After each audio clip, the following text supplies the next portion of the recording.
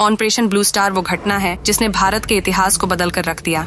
इस ऑपरेशन के जख्म सिर्फ पंजाब के ही हिस्से में नहीं आए, बल्कि इसकी टीस पूरे मुल्क ने महसूस की थी। ऑपरेशन ब्लू स्टार के आज यानी कि 6 जून 2023 को 39 साल पूरे हो गए हैं। आइए इस ऑपरेशन की पूरी कहानी जानते हैं। ऑपरेशन ब्लू स्टार भारतीय सेना द्वारा 3 से 6 जून 1984 को अमृतसर स्थित हरिमंदिर साहिब परिसर को खालिस्तान समर्थक जनरल सिंह भिंडरावाले और उनके समर्थकों से मुक्त कराने के लिए चलाया गया अभियान था। 70 के दशक से अकाली दल पंजाब को स्वायत्त राज्य बनाने की मांग कर रहा था। 1973 में इसी को लेकर आनंदपुर साहिब प्रस्ताव पारित किया था। प्रस्ताव में अकाली दल चाहता था कि केंद्र सरकार केवल रक्षा, विदेश नीति, संचार और मुद्रा पर अधिकार को छोड़कर अन्य सब विषयों पर पंजाब को उसके अधिकार दे दें। ये मांग इस कदर जोर पकड़ती गई कि पंजाब में हिंसक घटनाएं बढ़ने लगी। सितंबर 1981 में हिंद समाचार पंजाब केसरी अखबार समूह के संपादक लाला जगत नारायण की हत्या हुई। पंजाब के कई जिलों में हिंसक घटनाएं हुई और कई लोगों की जान गई। अप्रैल 1983 में एक अभूतपूर्व घटना घटी। पंजाब पुलिस के उप महानिरीक्षक AS अटवाल की दिन दहाड़े स्वर्ण मंदिर परिसर में गोली मारकर तब हत्या कर दी गई, जब वे वहां माथा टेक कर बाहर निकल रहे थे।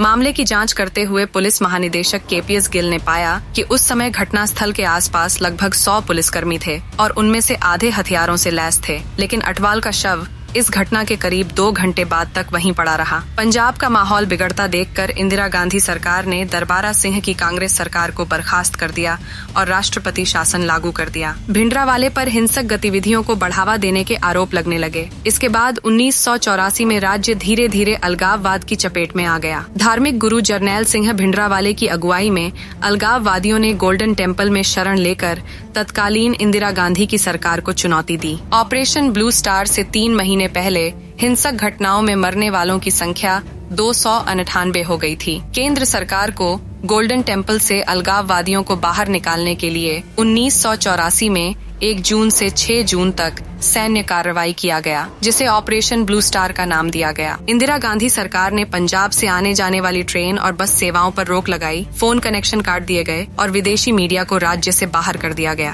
3 जून तक भारतीय सेना अमृतसर में प्रवेश करके गोल्डन टेम्पल परिसर को घेर चुकी थी। 4 जून को सेना ने गोलीबारी शुरू कर दी, लेकिन चरमपंथियों की ओर से भी तीखा जवाब मिला। 5 जून को बख्तरबंद गाड़ियों और टैंकों का इस्तेमाल किया गया। इस दौरान भीषण खून खराबा हुआ। टैंक से अकाल तख्त के ऊपर वाले हिस्से पर कम से कम 80 गोले बरसाए गए, जिससे लोग बाहर निकलने लगे। फायरिंग भी बंद हो गई। जवानों ने अंदर जाकर तलाशी ली, तब भिंडरावाले की मौत का पता चला। ऑपरेशन ब्लू स्टार में भारतीय सेना के 83 सैनिक मारे गए, जबकि 249 लोग घायल हुए। इसके अलावा 493 लोगों की भी मौत की पुष्टि हुई। 1592 लोगों को हिरासत में लिया गया था। इस ऑपरेशन से विश्व में सिख समुदाय की भावनाएं आहत हुईं। इसकी टाइमिंग, रणनीति और क्रियान्वयन पर भी सवाल उठे। भले ही ऑपरेशन ब्लू स्टार काफी हद तक सफल रहा, परंतु यह इंदिरा गांधी की सबसे बड़ी राजनीतिक हारों में से एक साबित हुआ। सिखों और कांग्रेस पार्टी के बीच दरार पैदा हो गई, जो उस समय और गहरा गई जब 2 सिख सुरक्षा कर्मियों ने कुछ ही महीने बाद 31 अक्टूबर को तत्कालीन प्रधानमंत्री इंदिरा गांधी की हत्या कर दी। इसके बाद भड़के सिख विरोधी दंगों से कांग्रेस और सिखों के बीच की खाई और ज्यादा हो गई।